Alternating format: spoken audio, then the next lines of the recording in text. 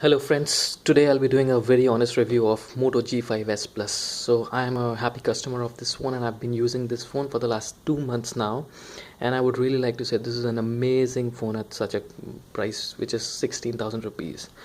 So if I talk about the best key things about this phone, first thing that I would like to talk about is the build quality of this phone. This phone has an amazing build quality.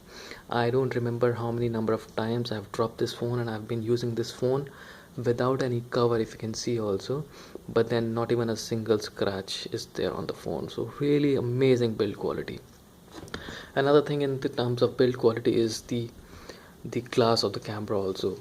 I have seen a lot of people complaining about the glass of this camera of this phone, because then the camera is a bit bulging out and people have complained that the glass gets a lot of scratches. But then if you see my lens, it has not got even a single scratch. So really amazing quality of the glass that Motorola has used on the camera lens as well. So really hats off to that as well. Then talking about another really good thing about this phone is basically the sound quality. I'll just let show you the quality of the sound. Yeah.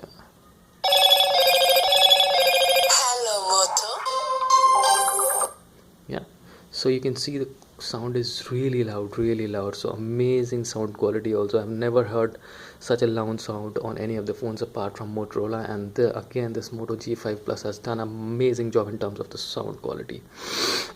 Now we will talk about another really good thing about this phone is the battery backup. I am not a really heavy user and I use my phone moderately, but then even if with moderate usage, I normally tend to get minimum 1.5 to 2 days of battery backup, which is really nice.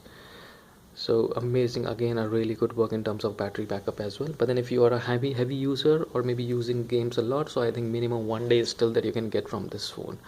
I've used other phones also, for example mi Note 4, which says that they have 4000 mAh of battery, but then I think the battery backup of this phone is at par with the 4000 mAh battery phones. So really good work on that as well.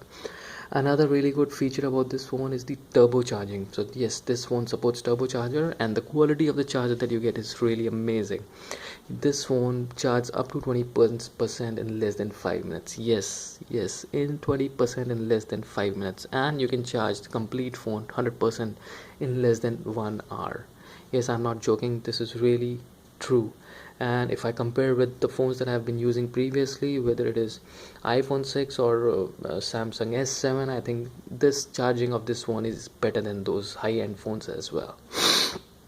Another really good thing about this phone is that it does not lag at all. I've been using this phone for the last 2 months now, and I've not seen this phone lagging around for I would say probably 2 or 3 times. I've seen lagging issue in the last 2 months, which means 2 to 3 times only in 60 days. So that is amazing. I've been using iPhone 6 and that was one of my best phones in terms of no lags, but then I think this is at par with iPhone. So really good work on that. Last and not the least, I think one really good thing about this phone is also the battery, the brightness and the screen display. If you can see the display quality is really amazing. You can see from the viewing angles also, amazing quality of display. So from all angles the display looks really neat and crisp. I have increased the screen brightness, so now if you can see, yeah, so really good brightness of the screen, and it's a full HD phone, so really high end resolution. Now coming on to some of the things which are not so great in this phone. So first of all, one thing that I would like to highlight is basically this screen. The company claims that it's a Corning Gorilla Glass, but then I have already seen a lot of scratches. There are a lot of scratches on my phone.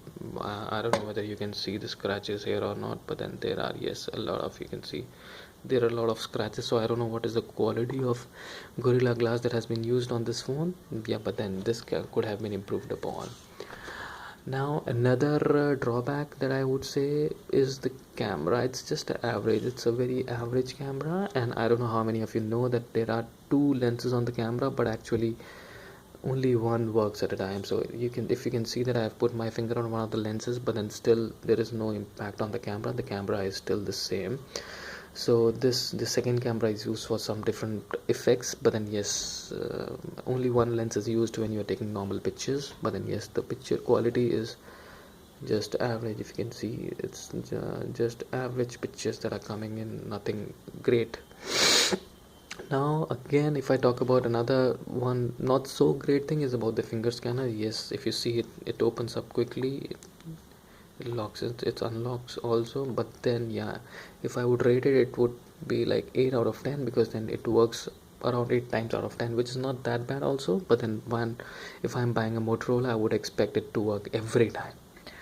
Now, one last thing, which is like the phone is really sleek. The company has put a lot of efforts to make the phone sleek, put a lot of what do you call features in the phone, a really good hardware. But then yes, overall the phone looks really nice, but then slightly on a heavier side. So that is the only drawback that I would say. And the last thing that I would say is that the camera is a bit bulging out. So if something could have been done when, then like that is the only drawback that I feel, that it could have been put inside. But then overall, it's an amazing phone at a price of 16,000 rupees. This is something really nice that you get. So I would definitely want all of you to go for it. Thank you. Hope you enjoyed this video. Thank you.